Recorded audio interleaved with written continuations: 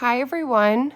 It's been quite some time since I've come on and given an update or posted, so I wanted to kind of let everyone know how I'm doing, and things that have happened over the last, I think it's been a year and a half, 2 years.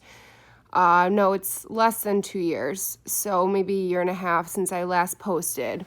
As you can see, the hair has grown, and I'm trying to get used to wearing it down. Honestly, I think I've only worn it down since March, maybe 3 or 4 times. I'm not really used to it. It feels better up off my neck, but I'm trying to figure it out. Tonight, I'm going out with my friends for dinner, outdoor dining. So I figured I'd see how long I could leave it down for. But it has grown, it is curly, and I'm happy about that. Last time I left off, I was not in a good place whatsoever. Emotionally, mentally, physically, I was okay. And I would say probably the last 8 months have been amazing for me. I went to a therapist and worked through a lot of emotions that I had post-treatment. And believe it or not, he said a lot of the things that other people would say to me, but for some reason, especially my husband, but when he said it, it kind of just was like a kick in the face, and it helped me move past a lot of my emotions that I wasn't able to work through. And the best way I could explain it is when you go through something like this, sometimes it feels like there's all these different colors of yarn in your head, and instead of them being in perfectly rolled balls of their color, so a red ball of yarn, a blue ball of yarn, they're all intertwined, and it makes it really difficult to deal with your emotions and to kind of work through that. And he helped me roll back each yarn into a ball and kind of organize my emotions. And miraculously, it didn't take that much work on his part with me to get there. And I was really open and honest with him. I was feeling some really dark things. Not that I would have done anything, but not really knowing why I'm here and what was the purpose of me being healthy. And just kind of having to get to that point where I felt, having a cancer diagnosis and going through that is not my life. It was part of my life. And in the beginning during treatment, I said I would never let cancer control me or change my life or affect me, but that wasn't the case. It turned my world upside down, and I'm so happy to say that I literally can go through days without wondering or worrying. With that being said, anybody that's been through this knows that there's frequent scans, and of course there's always I hope not always, but in my case there has been 2 scares for me. And I think the first occurrence, they were all pretty recent. One was in January and the other was in March or May. And they just so happened to be on the opposite breast, not the same breast that my cancer was. So, it was scary. I think the first scare was really difficult and really hard, and then I learned to just manage that fear for the second one and really know that there's literally nothing you can do until you know the results. You can't, it's easier said than done, but you can't really worry, right? Until you know. And in my mind, I just was like, oh, I can't do this all again. What would be my choice? But you can't go there because it turned out okay. And it turned out that both of the fluids came back that they were, non-cancerous. So I love my doctors. I am so grateful that my surgeon especially is really diligent and on top of my scans and making sure that he looks into everything. And sometimes he says he doesn't want to be too cautious and make me nervous, but at the same time, it's worth it. And I'm happy that he is very cautious because I'm so young. So I am now 2 years cancer-free. It's very exciting for me.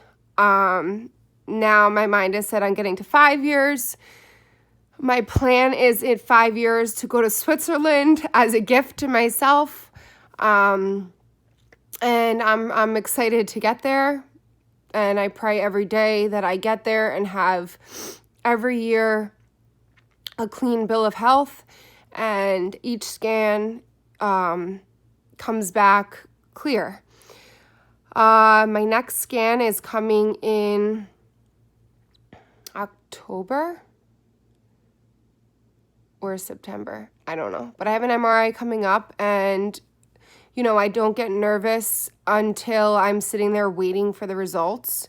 When you have had a previous cancer diagnosis, you typically get your results right then and there. Definitely for my mammos and my ultrasounds, that happens. I forget MRI if they give it to me right away.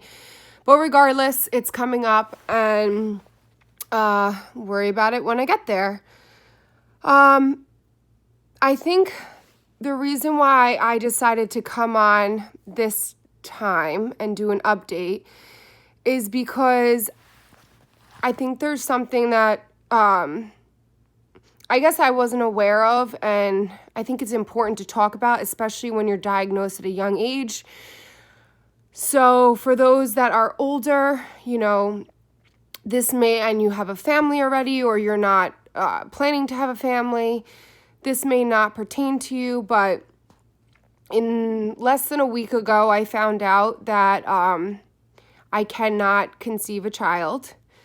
My husband and I have been trying for quite some time, less than a year, but I would say since November, we decided that we were going to start trying. And I also have endometriosis, so I was going to my doctor, who is a fertility doctor, but he, handles endometriosis and other things as well.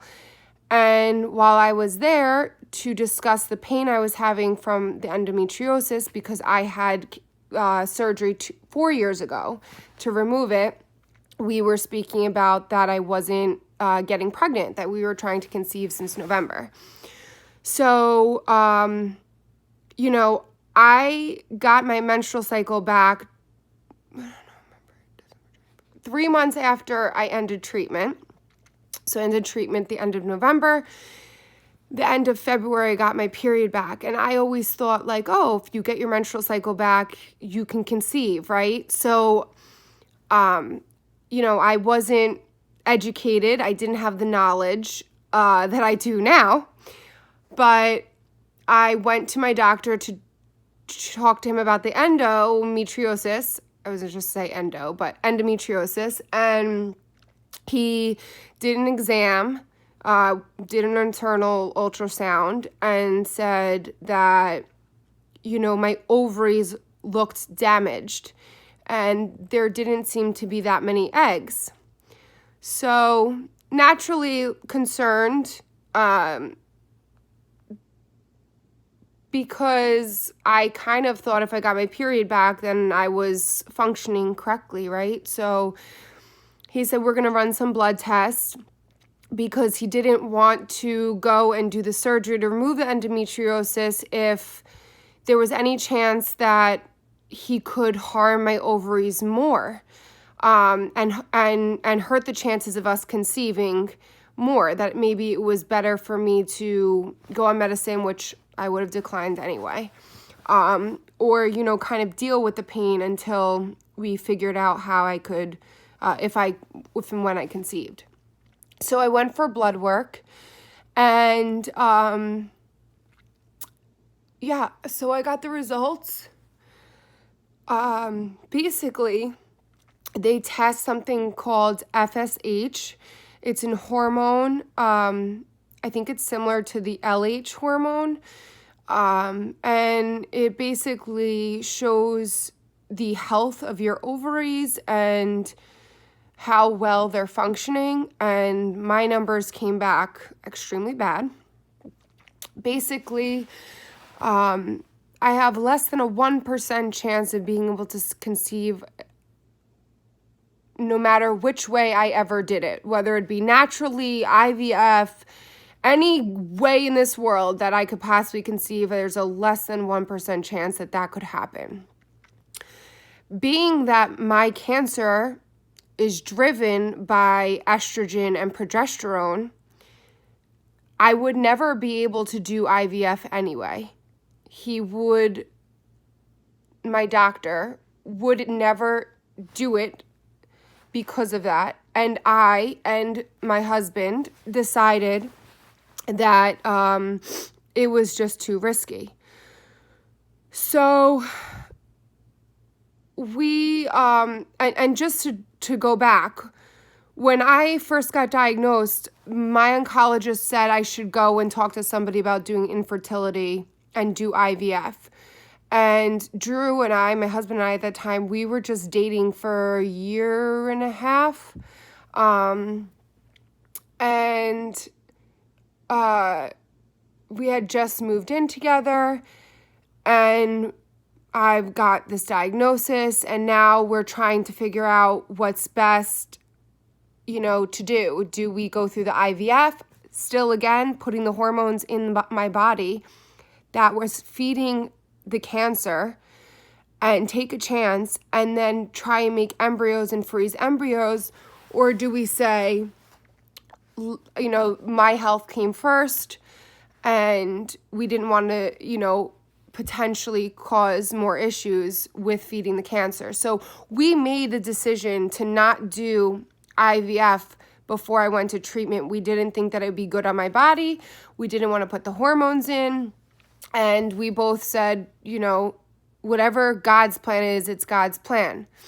Now, I do not regret that decision. I am very happy to be here and be healthy and hit 2 years. But this sucks, and there's no way around it. You have an idea of what your life will be with your husband and having a family and being able to have a child with your husband, and just a lot of things get taken away. Seeing my parents have a grandchild and watching them. But I made a choice that I know that this isn't something that I'm going to ever get over and be okay with. But I am learning and going to learn to accept it. This is my life, and this is my health came first, and I'm here and I'm healthy, and God willing, I continue to be healthy. And I know that there's other options. Adoption's an option. Clearly, IVF is not an option. But when people tell me, oh, you can adopt, it makes me feel like you're taking away from actually having to deal with the fact that, yes, that's an option. And right now, I can't even think about other options than just working past this. But it's difficult and it sucks. And I wanted to share this because I think it's super important for people to know, young women who are going through this, who are about to go through this. I picked Taxol because I thought Taxol, was more mild chemo from what I did research on and compared to what they originally wanted to give me. So And when I got my menstrual cycle back, I really was under the impression that I was functioning as like a normal woman. But that's not the case. That's not the case. I cannot conceive. We have to rethink what we want. And my husband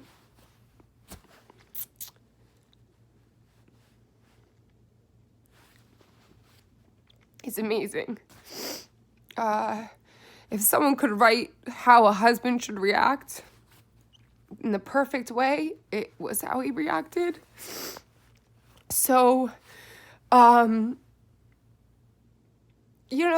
go get through it and we'll figure it out. Regardless, I'm healthy. We have a beautiful marriage. We have a beautiful life. And whatever's down the road for us, will be. And only time will tell. And I am going to work on accepting that this is what is meant for us. And go from there. But I really wanted to share this. So people are aware, if you don't have triple positive breast cancer, which is estrogen, progesterone, and HER2 positive, if all three of those are not positive and you are given the option to do IVF before treatment, I would highly, highly, highly consider your options. Consider how far along your cancer is. Think about it.